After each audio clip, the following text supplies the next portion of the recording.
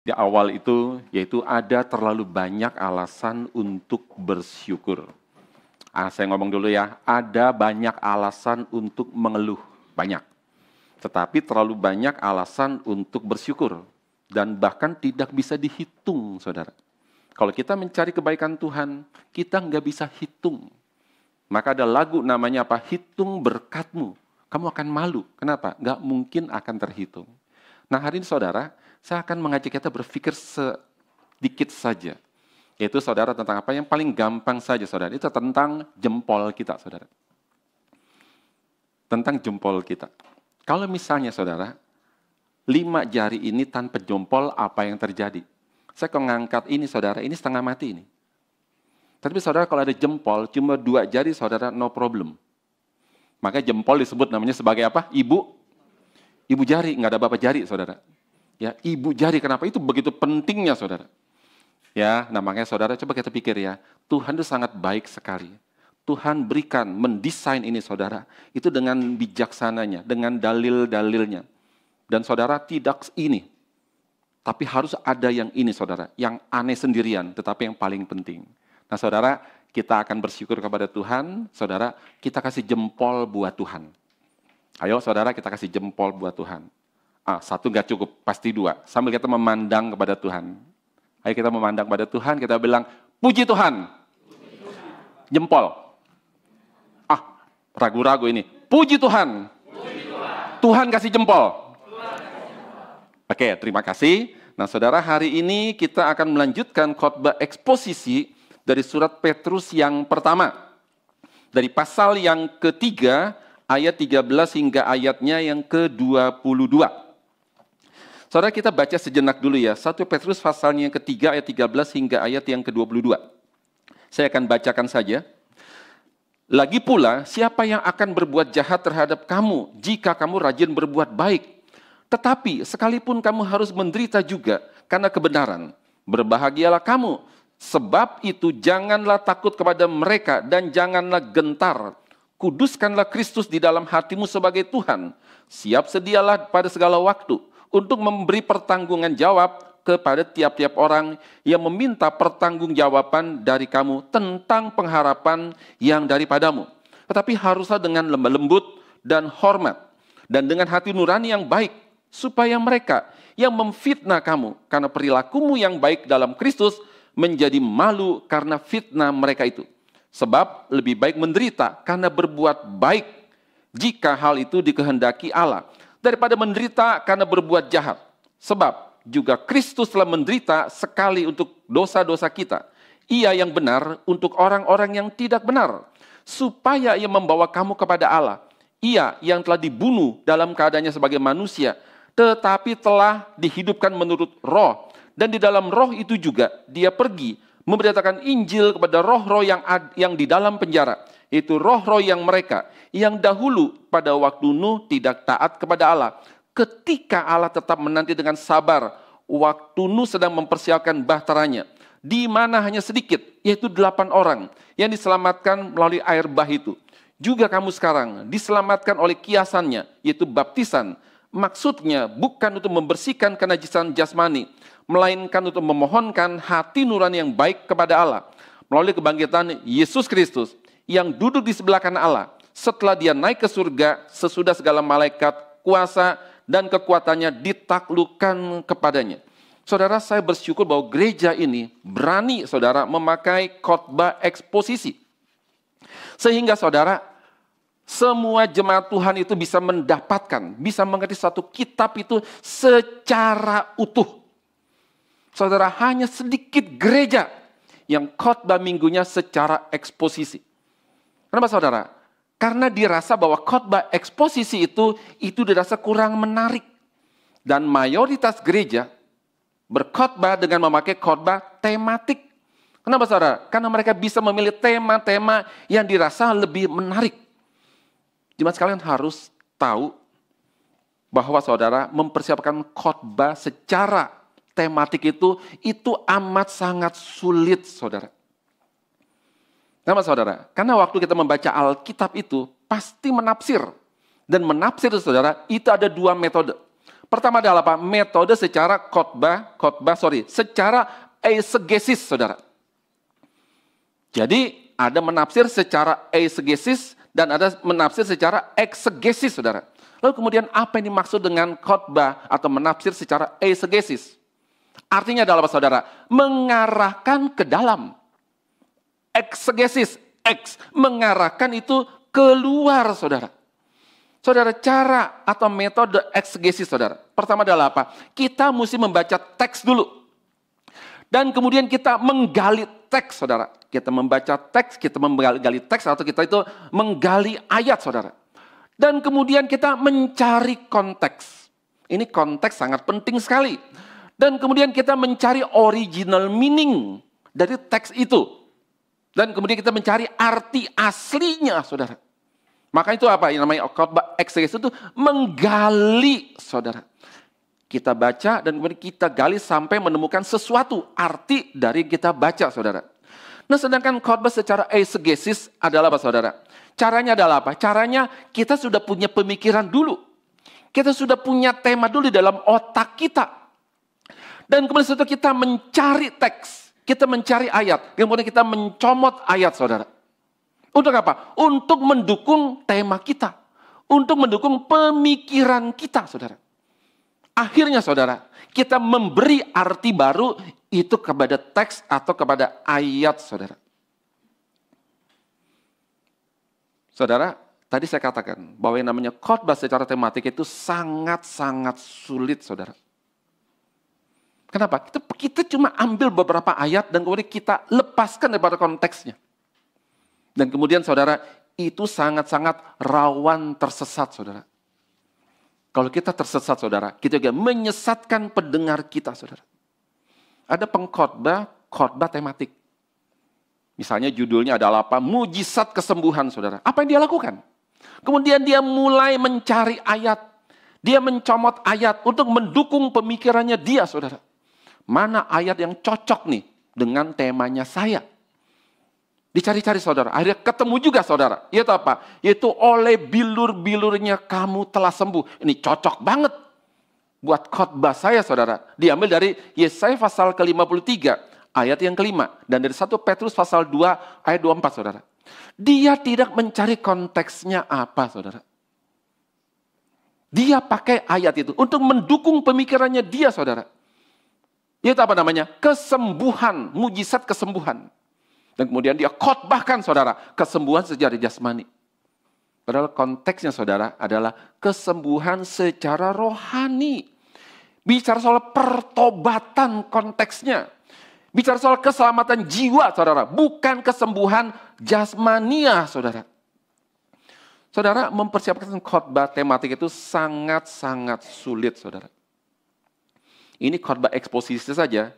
Waktu saya dikasih tahu oleh admin, saya bilang sama dia, tolong cepat-cepat kasih saya ayatnya apa, dan kemudian judulnya apa. Kenapa, saudara? Mempersiapkan khotbah eksposisi juga, saudara, itu tidak mudah, saudara. Kenapa, saudara? Kalau kita persiapkan khotbah asal, saudara, pasti tersesat, pasti. Waktu tersesat, saudara, bukan cuma saya yang tersesat. Saya menyesatkan semua pendengar saya, saudara. Saudara, sesudah kemudian, saudara, saya memberikan penjelasan tentang khotbah eksposisi dan khotbah tematik, serta cara menafsir Alkitab secara eksegesis maupun secara eisegesis, saudara. Kita masuk sekarang di dalam khotbah eksposisi dari 1 Petrus 3, ayat yang ke-13 hingga ke-22, saudara. Nah, dikasih judul, bahagianya menderita karena kebenaran. Ini judul nggak gampang, saudara. Kenapa? Antara dua kata, saudara. Bahagia, menderita, nggak nyambung. Nggak cocok, saudara. Itu sangat kontras sekali. Orang bahagia, nggak mungkin menderita. Nggak mungkin. Dan orang menderita, saudara, itu nggak mungkin bisa berbahagia. Nggak bisa. Itu kontrasnya luar biasa. Dan itu sangat tidak gampang, saudara. Tetapi judul ini, itu sangat cocok dengan perikop yang tadi kita bacakan. Dan juga judul ini, saudara, juga sangat cocok dengan surat 1 Petrus secara keseluruhan. Kenapa saya bilang, saudara, itu sangat cocok dengan surat 1 Petrus secara keseluruhan, saudara. Karena surat ini, saudara, latar belakangnya adalah ditulis untuk para perantau Kristen. Untuk beberapa kota, yaitu di Pontus. Saya ulang, ditulis untuk kepada perantau Kristen dari latar belakang Yahudi. Di Pontus, di Galatia, di Kapadokia, di Asia, di Bitinia. Sekarang itu adalah Turki, saudara. Yang sedang apa? Yang sedang mengalami penderitaan akibat penganiayaan, akibat fitnahan oleh karena iman mereka kepada Yesus Kristus. Saudara, sebelum kita masuk pada pasal yang ketiga, saudara, kita mundur sedikit pada pasal yang kedua, saudara. Kenapa? Karena dalam pasal kedua, Rasul Petrus itu menunjukkan suratnya itu kepada beberapa pihak. Pertama, kepada para perantau Kristen. Di dalam pasal kedua, 11-17. Supaya mereka, hai kamu para perantau Kristen, kamu tunduk kepada siapa? Kamu harus punya cara hidup yang baik di tengah-tengah bangsa-bangsa yang bukan Kristen. Kepada mereka, kamu harus tetap punya cara hidup yang baik. Yang kedua, kepada para hamba-hamba Kristen. Di dalam pasal kedua, ayat yang ke-18 hingga ayatnya yang ke-25, saudara. Supaya apa? Supaya kamu semua, hai para hamba-hamba, kamu tunduk kepada tuan-tuan kamu. Walaupun mereka bengis.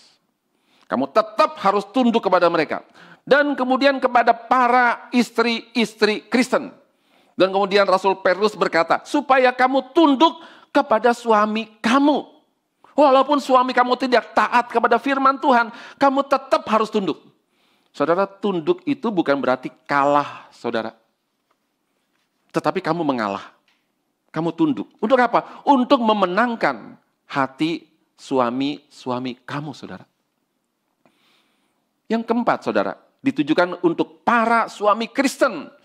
Supaya apa? Supaya kamu, suami-suami Kristen, kamu bertindak bijaksana.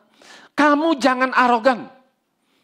Untuk siapa? Untuk istri kamu yang lemah. Kamu jangan arogan, saudara. Dan di dalam yang kelima, saudara, untuk para perantau Kristen kembali. Dari pasal ketiga, ayat 8 hingga ayat yang ke-22, saudara. Nah, di dalam ayat 13, saudara, Petrus memberikan argumentasi kepada mereka. Kenapa jangan membalas kejahatan dengan kejahatan? Petrus berkata kepada mereka, kalau kamu rajin berbuat baik, siapa yang akan berbuat jahat kepada kamu? Kamu jangan balas kejahatan dengan kejahatan. Tetapi jikalau kamu rajin berbuat baik, siapa yang akan berbuat jahat kepada kamu? Saudara, ajaran ini persis seperti yang diajarkan, saudara, oleh Tuhan Yesus. Ini adalah satu nasihat yang sangat baik, yang bersifat proaktif, saudara, buat mereka dan juga buat semua orang Kristen. Di dalam Lukas pasal yang ke-6, 31, saudara, Yesus berkata kepada para pendengarnya, dan sebagaimana kamu kehendaki, supaya orang perbuat kepadamu, perbuatlah juga kepada mereka. Atau dengan kata lain, yang kamu ingin orang lain lakukan kepada kamu, kamu lakukan kepada orang lain. Kalau kamu ingin orang lain peduli kepada kamu, kamu peduli sama orang lain dong. Kalau kamu ingin orang lain menghormati kamu, kamu hormatin orang lain dulu dong. Kalau kamu ingin orang lain sopan sama kamu, sopan dulu sama orang lain dong. Kalau kamu ingin orang lain ramah kepada kamu, kamu ramah dulu sama orang lain dong. Coba kita pikir, kenapa orang tidak peduli kepada kita? Sangat mungkin, saudara, kita tidak peduli kepada orang lain. Kita kadang-kadang, saudara, ada acara gereja, kita nggak peduli. Ada orang meninggal, saudara, kita nggak peduli, itu urusan dia. Pokoknya tugas saya adalah ibadah. Saudara, ada orang meninggal, kita nggak peduli, kita nggak mau datang. Ada orang sakit, kita nggak peduli, kita nggak mau datang, saudara.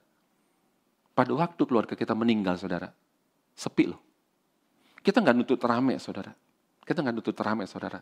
Tetapi waktu sepi, saudara, ada satu tanda. Mungkin kita kurang peduli sama orang lain, saudara.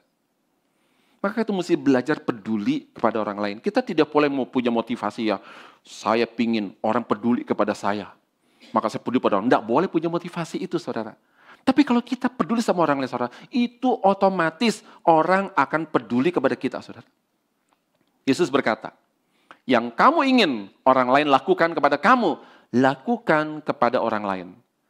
Dan ada yang mirip, saudara, dari seorang filsuf China bernama Confucius. Dan filsuf Yunani yang bernama Thales, saudara. Dia berkata, sebaliknya, yang kamu tidak ingin orang lain lakukan kepada kamu, kamu jangan lakukan pada orang lain. Kalau kamu tidak ingin dihina, jangan menghina. Kalau kamu tidak ingin disakiti, kamu jangan menyakiti, saudara. Saudara, mirip. Tetapi mirip itu, saudara, ada tidak samanya. Di mana tidak samanya, saudara? Kalau saudara perhatikan, saudara, kalimat Confucius, Thales yang sangat bagus, saudara. Itu bersifat, saudara, yaitu apa? Pasif. Saya tidak mau dipukul, maka saya tidak memukul, saudara. Tapi kalimat Tuhan Yesus, saudara, itu bersifat proaktif. Kalau orang marketing sekarang bilang, saudara, jemput bola, jangan tunggu bola. Kalau mau dapat bola, jemput bola dong, jangan tunggu bola, saudara. Kalau kamu ingin dapat customer, saudara, jangan nunggu customer datang. Kita jemput customer, saudara. Itu perbedaan antara kalimat Yesus dengan kalimat dari Confucius dan Thales, saudara. Dan kita kembali kepada nasihat Petrus. Siapakah yang akan berbuat jahat kepada kamu jika kamu rajin berbuat baik? Saudara, kalimat ini benar, saudara. Benar. Tetapi saudara, ada tetapinya. Dalam faktanya, saudara, tetap saja kita sudah berbuat baik, tetap saja ada orang yang tetap berbuat jahat, saudara. Nah, jika kamu sudah berbuat baik, dan kemudian tetapi kamu tetap difitnah, kamu tetap dianiaya, sehingga kamu menderita, maka Petrus memberikan nasihat kepada mereka dengan memakai contoh hidup Kristus. Dan bahkan Petrus, saudara, dalam keadaan ini mereka menderita. Kemudian Petrus memakai kesempatan ini, saudara, untuk mengajar kristologi kepada mereka. Kenapa Petrus itu memakai contoh hidup Yesus, bukan yang lain, saudara? Karena Yesus adalah teladan terbaik di dalam hal penganiayaan dan di dalam hal penderitaan, saudara.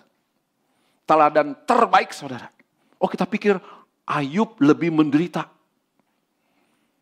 Kenapa? Ayub kaya banget, miskin banget.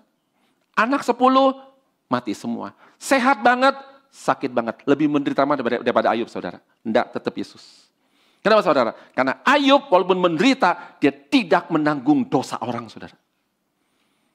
Tapi pada waktu Yesus, saudara, dia menderita. Bukan seharusnya dia menderita. Karena dia menanggung dosa umat pilihannya, saudara. Saudara, waktu dia disalibkan, saudara, penderitaannya itu luar biasa. Bukan cuma sakit secara fisikal, saudara. Dia begitu sangat menderita sekali, saudara. Bahkan sebelum disalibkan pada waktu di Taman Getsemani, begitu sangat menderita. Dicatat, saudara, dia doanya itu sambil berbaring, saudara. Sambil rebah, saudara. Dalam Injil Markus. Lukas mencatat, keringatnya itu seperti butiran darah. Itu begitu menderita. Kenapa? Karena Yesus tidak harus menderita. Dia bilang, aku sudah melakukan kehendakmu semua. Dan tidak ada satu yang tidak kau lakukan. Semuanya sudah, tinggal sisa satu, saudara. Kalau dia tidak mau lakukan, itu hak dia, saudara. Tapi dia lakukan, saudara.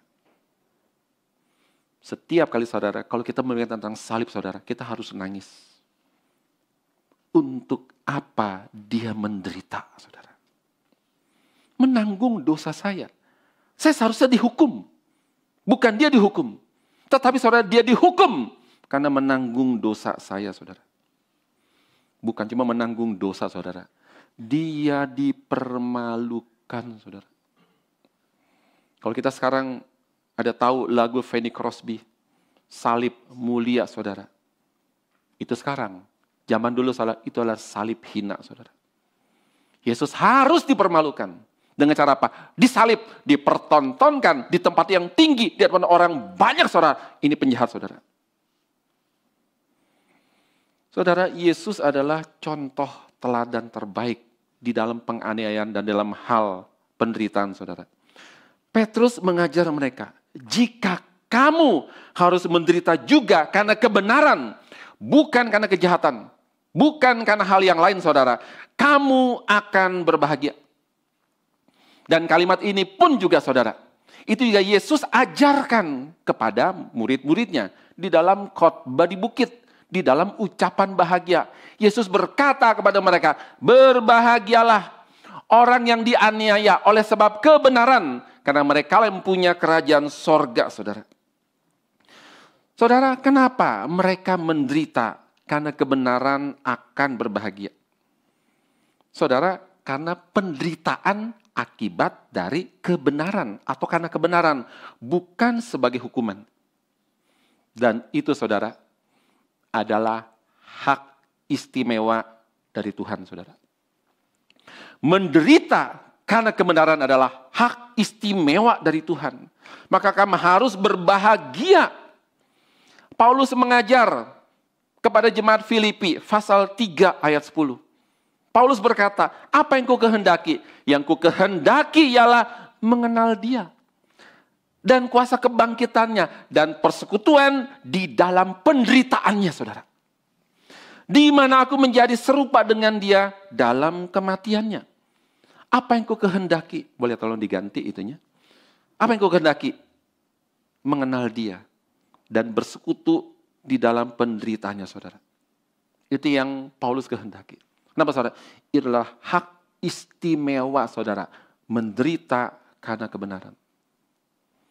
Saudara, tidak semua orang Kristen mendapatkan hak istimewa untuk menderita karena Kristus, saudara. Tidak semua. Kalau saudara lahir dari keluarga Kristen yang tidak pernah menderita, yang tidak pernah mendapatkan intimidasi, yang tidak pernah mendapatkan ancaman karena beriman pada Yesus, saudara, jangan bangga. Kenapa, saudara? Karena saudara tidak mendapat hak istimewa untuk menderita, saudara. Dan kalau saudara dari latar belakang keluarga non-Kristen, saudara ingin jadi Kristen, beriman kepada Yesus Kristus dan diintimidasi, bahkan dianiaya, bahkan diancam, saudara. Karena saudara mau menjadi orang Kristen, saudara, jangan bersedih, tetapi berbahagia. Kenapa, saudara? Karena saudara diberikan hak istimewa dari Tuhan, saudara. Orang Kristen dari latar belakang bukan dari keluarga Kristen, saudara, yang mengalami banyak penderitaan, saudara, imannya pasti lebih kokoh dibanding orang Kristen dari latar belakang keluarga Kristen yang tidak pernah mengalami intimidasi, aniaya. Kenapa, saudara? Karena dia pasti ingin lebih ngotot, pingin tahu Kristen lebih dalam, saudara. Pasti, saudara. Kalau saudara yang sudah dari keluarga Kristen, saudara, harus ngotot, saudara. Harus ngotot, jangan mau kalah, saudara. Saudara, ada dulu pada zaman sekitar tahun 155, lahirlah seorang anak bernama Tertullianus. Dialah yang menemukan istilah Trinitas, atau Trinity, atau Tritunggal yang ketemu, saudara. Siapa Tertullianus? Dia adalah seorang pengacara non-Kristen yang membela orang-orang Kristen yang akan dihukum mati, saudara. Karena mereka tidak mau menyembah kepada kaisar. Mereka hanya mau menyembah kepada Yesus. Yesus adalah Tuhan, kaisar bukan Tuhan. Boleh panggil kaisar kurios, tapi dia bukan Tuhan. Dia cuma Tuhan aja, yang Tuhan adalah Yesus. Mereka dibawa ke pengadilan. Dan Tertullianus menjadi pengacara mereka, saudara. Akhirnya kemudian hakim bertanya sama mereka, mau bertobat? Silakan kamu menyembah Yesusmu. Juga kamu harus menyembah kepada kaisar. Enggak apa-apa. Harus sembah pada kaisar. Menyatakan kesetiaan. Mereka bilang dengan sopan, saudara. Mohon maaf, Pak Hakim, kami tidak bisa. Kami hanya menyembah kepada Yesus. Kenapa? Karena yang Tuhan adalah Yesus, bukan kaisar, saudara. Dan kemudian akibat mereka tidak mau menyembah kepada kaisar, saudara. Tertullianus enggak bisa membela mereka. Apa hukumnya, saudara? Vonis mati, saudara. Dan kemudian waktu mereka mendapatkan vonis mati, karena tidak mau menyembah kepada kaisar, saudara. Kemudian mereka, saudara, apa yang mereka lakukan? Orang-orang Kristen itu, saudara, mereka langsung berdiri. Dan kemudian mereka menghormat pada hakim. Dan berkata, terima kasih Bapak Hakim, karena kami semua sudah boleh mati karena Kristus Tuhan kami. Dan kemudian mereka meninggalkan gedung pengadilan, saudara. Bukan seperti orang yang kalah, tetapi seperti pemenang, saudara. Tinggalkan gedung pengadilan, seperti seorang pemenang, saudara. Hal ini membuat Tertullianus sang pengacara terheran-heran. Ini iman macam apa? Kok divonis mati tidak takut? Bukan seperti orang kalah, tapi seperti seorang pemenang. Ini iman macam apa, saudara? Maka kemudian dia ingin mengenal iman Kristen. Ini pasti ada sesuatu di dalam iman ini. Pasti ada sesuatu, saudara. Sama mereka itu berani mati. Tidak takut mati, saudara. Dan mereka tetap sopan. Hormat kepada hakim, saudara. Akhirnya Tertullianus kemudian dia mempelajari iman Kristen. Oh, mereka percaya kepada Yesus. Saudara, itu sekitar tahun 170-an mungkin, saudara. Atau 180-an, saudara. Tertullianus sudah menjadi seorang pengacara, saudara. Dan pada waktu, saudara, yang namanya kebangkitan Yesus Kristus itu masih hangat, saudara. Ada orang itu bangkit dari kematian. Namanya Yesus. Itu masih hangat diperbincangkan, saudara. Kalau sekarang ya ada orang mati, bangkit, saudara. Itu pasti rame, saudara. Dan pasti lama, saudara. Dan kemudian Tertullianus, dia menyelidiki iman Kristen. Oh, mereka percaya pada Yesus. Yang mati. Loh, mati. Tapi bisa bangkit lagi. Kok bisa ya? Kenapa dia mati? Oh, waktu saya baca, karena untuk mengganti dosa-dosa umat pilihannya. Kenapa dia bangkit? Karena dia mengalahkan kematian, saudara.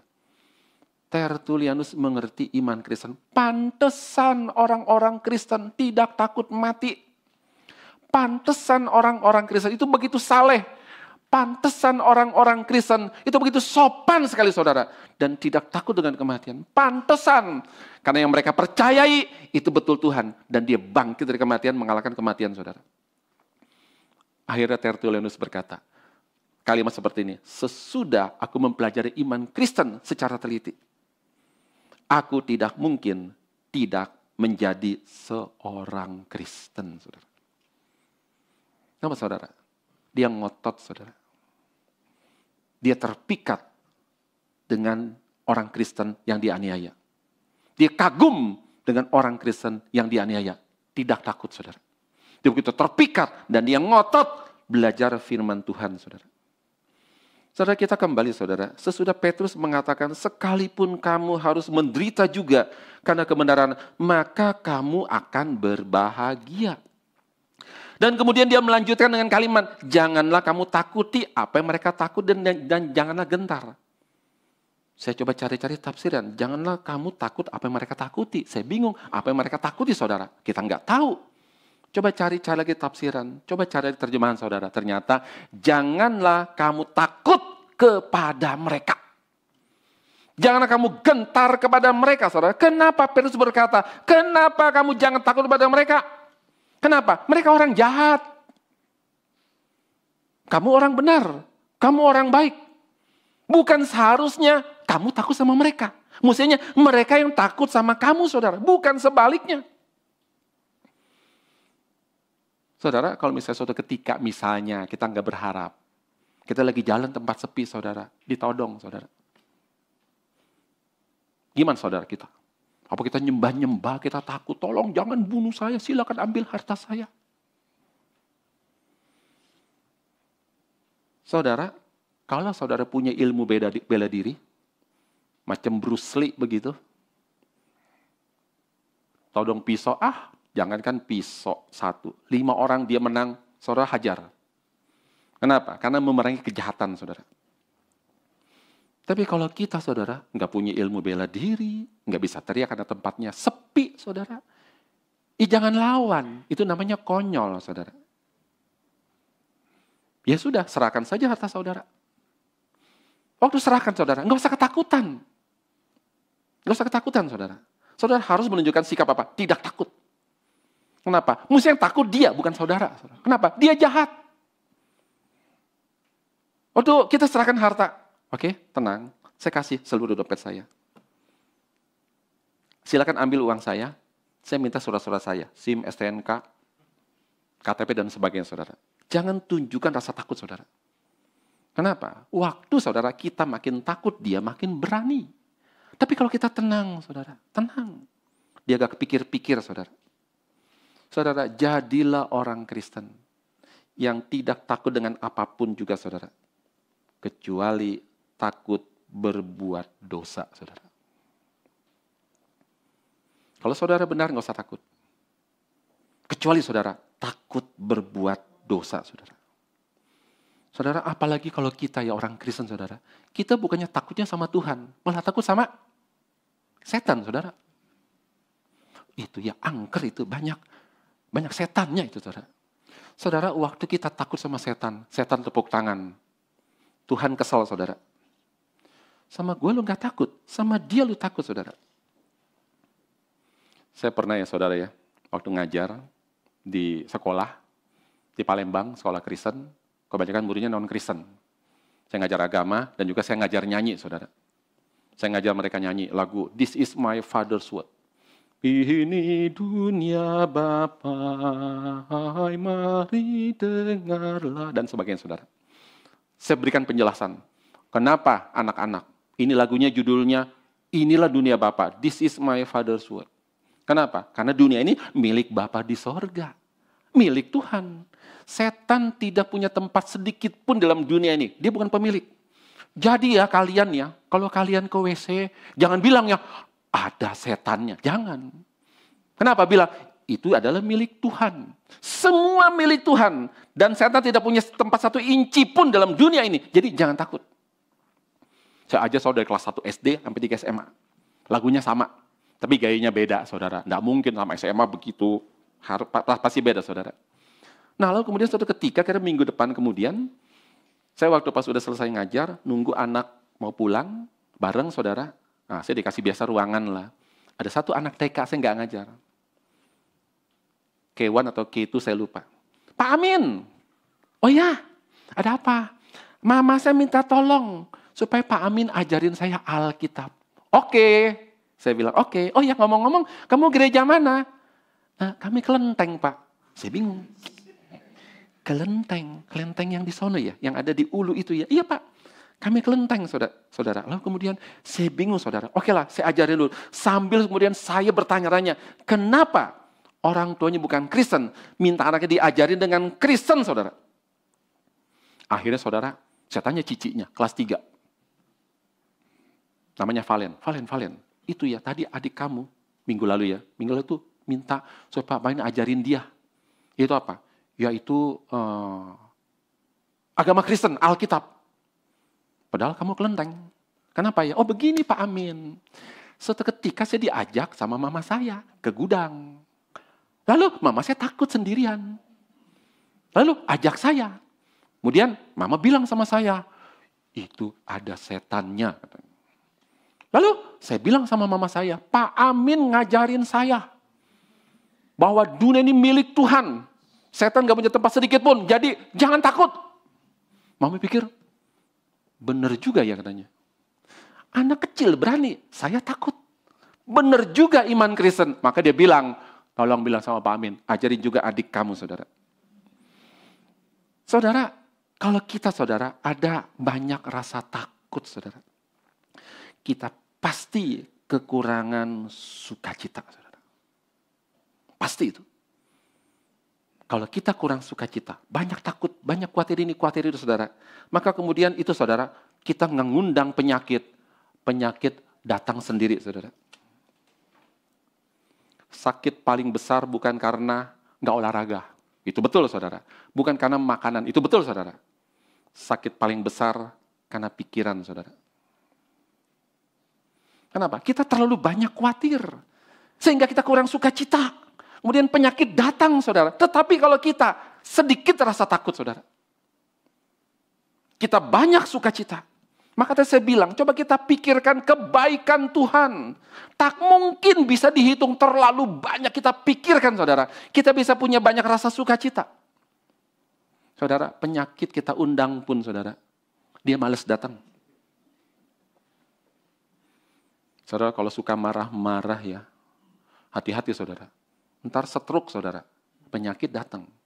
Tapi kalau saudara punya marah-marah sebagai hobi saudara, wah panjang umur saudara. Pasti panjang umur. Kenapa? Hobi kok, senang saudara. Nah saudara panjang umur, yang dimarahin panjang umur saudara. Kenapa? Stres dimarahin terus sama saudara. Saudara, Pak Petrus berkata, kamu jangan takut kepada mereka saudara. Dilanjutkan dengan kalimat, kuduskanlah Kristus di dalam hatimu sebagai Tuhan. Kenapa Petrus katakan kalimat itu? Tetapi kuduskanlah Kristus di dalam hatimu sebagai Tuhan, saudara. Kenapa, saudara? Karena orang Kristen adalah orang yang tahu bahwa Yesus adalah Tuhan, bukan kaisar, saudara. Dan orang Kristen yang mengerti bahwa Tuhan adalah kudus. Sehingga, saudara, kamu harus menjaga kekudusan Tuhan. Kamu harus menjaga kekudusan hidup. Dan jikalau kamu sudah menjaga kekudusan Tuhan, apa di dalam hidup yang perlu lagi kamu takutkan, saudara? Berapa banyak orang Kristen takut? Karena tidak menjaga kekudusan Tuhan. Kenapa banyak orang Kristen takut? Karena tidak menjaga kebenaran, saudara. Karena hidup tidak benar, saudara. Yang jadi pertanyaan, Petrus berkata, kuduskanlah Yesus Kristus di dalam hatimu sebagai Tuhan. Yang perlu kita tanya, kita tahu Yesus Tuhan itu tahu dari mana, saudara? Gak bisa ya, tahu di mana Yesus adalah Tuhan. Kalau orang tanya sama kita, pokoknya Tuhan, gak bisa, saudara. Gak bisa. Harus kasih penjelasan, saudara. Kalau orang bertanya kepada kita mesti jawab, saudara. Saudara gak bisa bilang ya, nanti tunggu tanya pendeta saya. Gak bisa, saudara. Kenapa? Mungkin orang itu sedang bergumul, saudara. Dan perlu jawaban segera, saudara. Maka saudara, Yesus adalah Tuhan dari mana? Dari 3 poin, silakan dikeluarkan. Pertama saudara, Yesus adalah Tuhan. Itu dari semua ucapannya yang tidak pernah diucapkan oleh orang sebelum dia. Yohanes 7:46, saudara. Belum pernah seorang manusia berkata seperti orang itu. Itu kata para pengawal kepada orang Farisi. Belum pernah seorang manusia berkata seperti orang itu. Yesus adalah Tuhan, poin pertama. Dari semua ucapannya yang belum pernah, yang tidak pernah diucapkan oleh orang sebelum dia. Yang kedua, dari semua mujizatnya yang tidak bisa dilakukan oleh orang sebelum dan sesudah dia. Yang ketiga, Yesus adalah Tuhan, kita tahu dari dia pernah kasih tahu kapan dia mati dan kapan dia bangkit dari kematian, saudara. Saudara, semua ucapan-ucapan dalam dunia ini, bahkan semua pikiran dalam dunia ini sudah pernah dipikirkan dan sudah pernah diucapkan oleh orang sebelum kita, saudara. Tapi saudara, semua ucapan Yesus belum pernah diucapkan oleh orang sebelum dia. Yesus berkata, aku adalah jalan dan kebenaran dan hidup. Tak seorang pun dapat datang pada Bapa tanpa melalui, dan itu belum pernah diucapkan, saudara. Yesus berkata hal-hal yang gampang, aku adalah terang. Tidak pernah, saudara. Bahkan tidak berani mereka berkata. Yesus berkata dengan 7 perkataan aku datang, saudara. Sangat terang, aku datang bukan untuk dilayani, melainkan untuk melayani. Aku datang untuk memberikan hidup berkelimpahan. 7, saudara.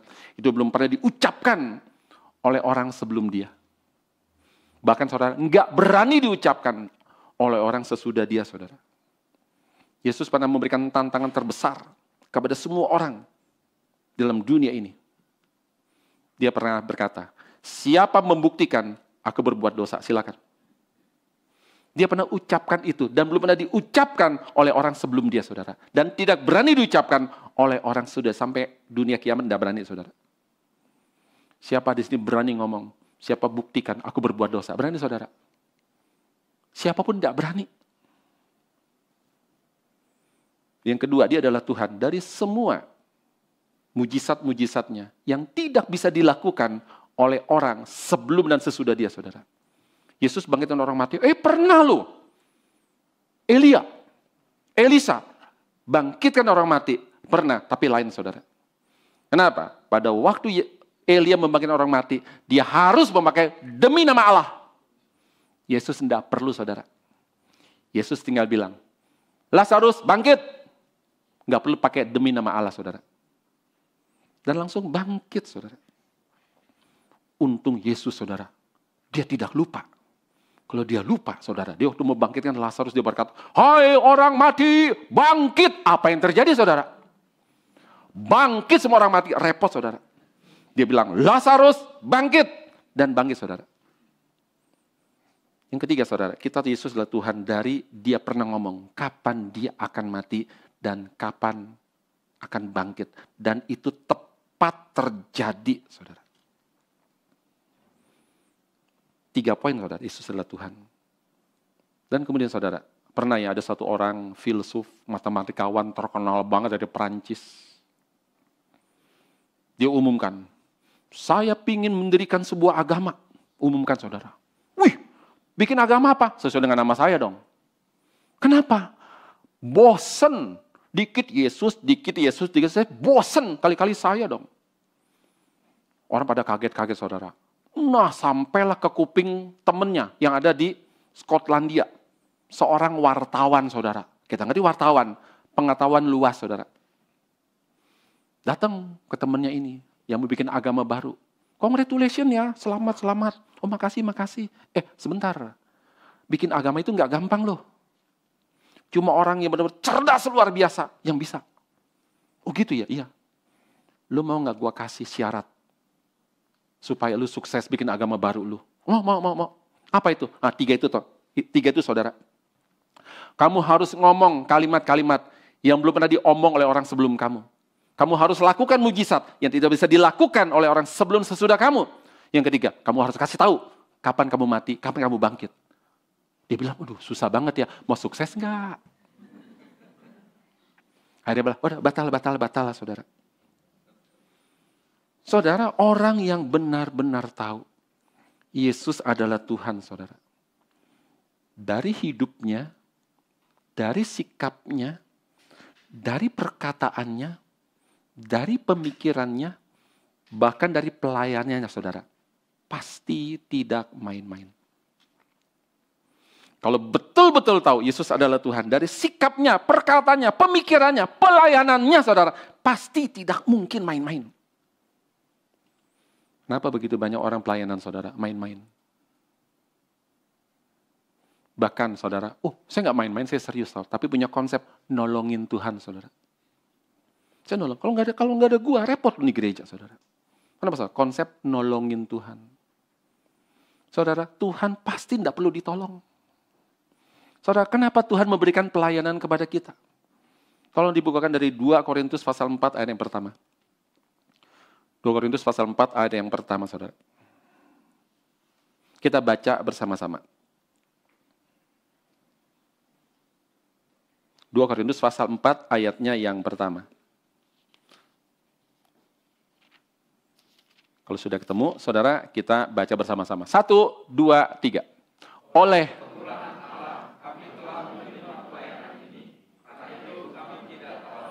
Saudara, Paulus berkata kepada jemaat Korintus, aku melayani, aku terima pelayanan karena belas kasihan Allah.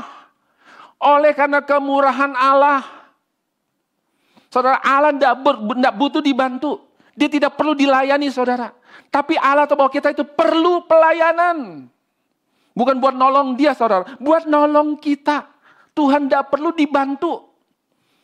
Kenapa? Karena kita sangat butuh pelayanan, saudara. Entah pelayanan batas mimbar, entah pelayanan bawah mimbar. Kita sangat butuh pelayanan, saudara. Maka kita harus punya konsep. Waktu kita melayani, saudara, jangan punya konsep nolongin Tuhan. Jangan, saudara. Oleh karena kemurahan Allah, oleh karena belas kasihan Allah, engkau memberikan pelayanan kepada saya, saudara. Maka, saudara, kalau kita tahu Yesus adalah Tuhan, sikap kita, pemikiran kita, perkataan kita, Bahkan saudara, pelayanan kita pasti tidak main-main saudara. Banyak orang taunya Yesus cuma Maha Kasih.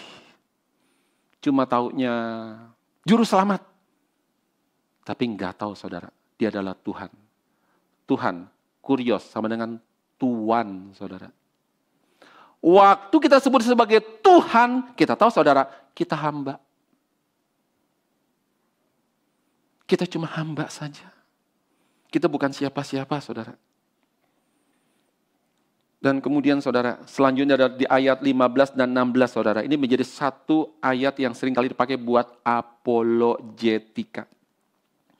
Siap sedialah pada segala waktu untuk memberikan pertanggungjawaban kepada tiap-tiap orang yang meminta pertanggungjawaban dari kamu tentang pengharapan yang ada padamu. Tetapi haruslah dengan lembah lembut dan hormat dan dengan hati nurani yang murni, supaya mereka yang memfitnah kamu karena hidupmu yang saleh dalam Kristus menjadi malu karena fitnahan mereka itu saudara. Ini sering menjadi ayat apologetika. Apa apologetika? Adalah pembelaan terhadap iman Kristen atas serangan dari luar Kristen. Entah dari filsafat, entah dari agama lain saudara. Entah orang ateiskah, mereka saudara, waktu menyerang, kita harus bisa membela iman Kristen. Tadi saya sudah memberitahu contoh tentang apologetika. Tahu dari mana Yesus adalah Tuhan, saudara? Sudah satu poin kita dapat.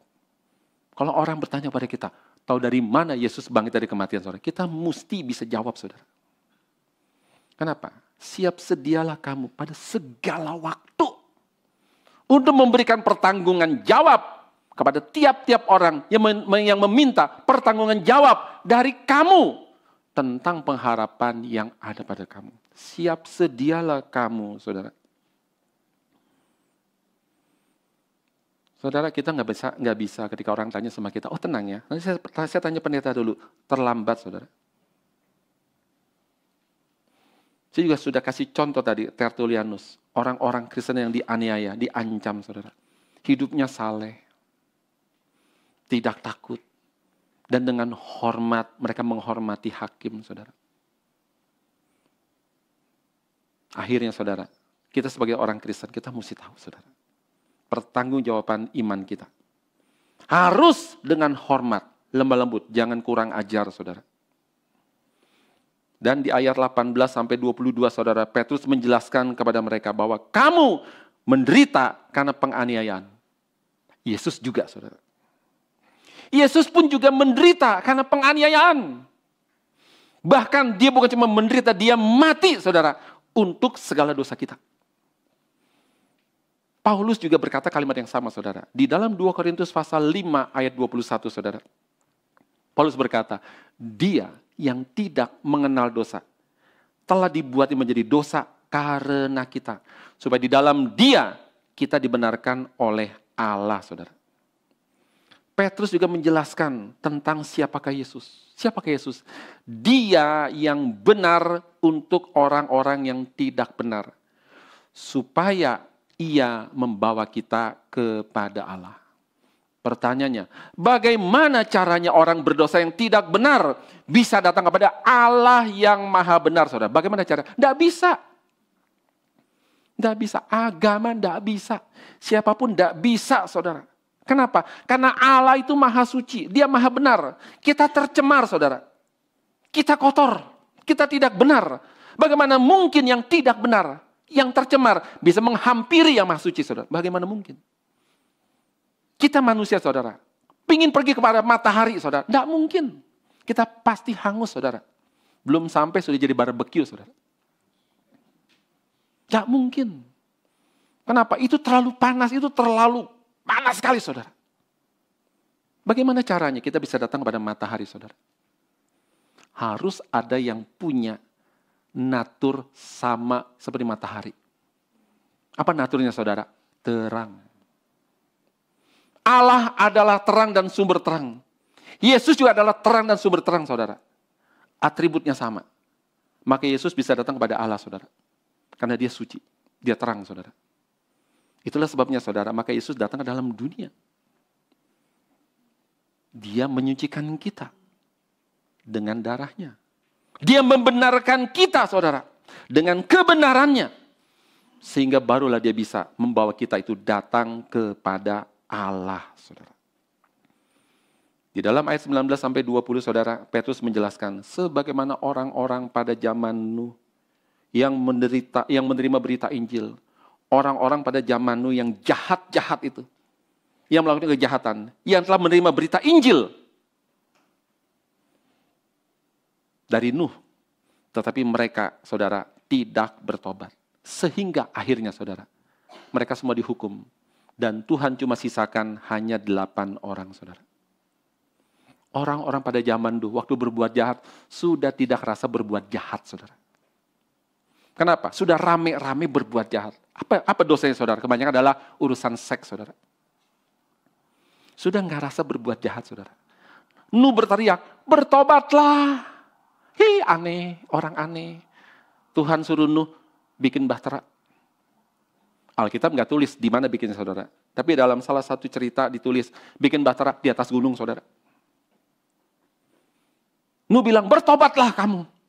Tuhan marah atas dosa kamu. Dan kemudian, saudara, mereka orang gila. Bikin bahtera, kapal di atas gunung. Orang gila itu mestinya bikin di pinggir laut, saudara. Tapi mereka nggak mau bertobat. Mereka nggak mau bertobat, saudara. Akhirnya, saudara, sudah nggak bertobat, hajar semua, saudara. Tinggal sisa 8 orang saja, saudara. Kalau kita, saudara, ya, bohong 1 kali, kata Hitler, saudara. Adolf Hitler. Bohong 1 kali, sama bohong 50 kali lain, saudara. Kalau bohong 50 kali, saudara, jadi benar loh. Apa contohnya ya? Ini warna apa, saudara? Hitam ya, hitam. Misalnya saya bilang, kuning. Saudara bilang, 1 orang ya, kuning, hitam. Enggak, kuning, saya bilang hitam. Saya tanya orang lain, apa ini? Kuning. Kamu kuning, kamu kuning, semua kuning. Yang benar yang mana jadinya, saudara? Yang kuning kan? Iya, gue yang salah kalau begitu, saudara. Kuning ya ini, saudara. Kenapa? Bohong 50 kali, saudara, itu bisa menjadi kebenaran. Dan orang-orang pada zaman dulu, saudara, sudah berbuat jahat, saudara, dan sudah menjadi kebenaran. Maka waktu mereka berbuat dosa, sudah terbiasa. Nuh berkata, bertobatlah kamu. Tapi tidak mau, saudara. Dan kemudian akhirnya mereka dibunuh oleh air bah, dan cuma 8 orang yang selamat, saudara. Petrus juga menjelaskan dalam suratnya, bahwa Yesus yang mati dan dibangkitkan kembali dan menang atas kematian. Dan dia memberitakan kemenangannya kepada semua roh-roh yang dulu tidak percaya kepada berita yang Nuh bawa, saudara.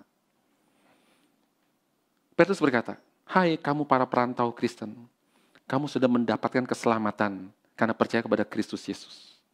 Dan Kristus yang sudah bangkit, sudah duduk di sebelah kanan Allah. Dan tidak boleh dimengerti secara fisik, saudara. Tapi secara kiasan. Yesus duduk di sebelah kanan Allah. Seperti seorang jenderal menang perang. Disuruh oleh raja, menang perang. Pulang, saudara. Dan kemudian diterima oleh raja. Dan duduk di sebelah kanan sang raja, saudara. Kamu, orang benar, orang baik, itu orang jahat, para pemfitnah, dan kemudian kamu jangan takut pada mereka. Kenapa? Kamu tidak dihukum. Nanti mereka akan dihukum, seperti orang pada zaman dulu. Terakhir, saudara, sesudah kita mendengarkan khotbah seperti ini, apa yang ada di dalam jiwa kita, saudara? Apa yang ada dalam jiwa kita? Kalau saudara sedang menderita karena kebenaran, jangan takut, berbahagia.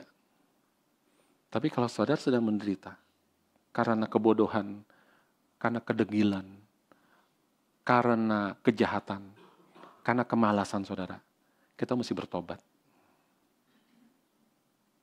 Yang degil, dengarkan hasil orang lain. Yang bodoh, belajar. Yang malas, rajin. Kalau kita menderita karena hal yang tadi, saudara, nggak ada bangga-bangganya, memang sudah seharusnya. Tapi kalau kita menderita karena kebenaran, mempertahankan kebenaran, saudara, jangan takut. Bahkan Petrus berkata, bahagianya orang yang menderita karena kebenaran. Mari kita berdoa.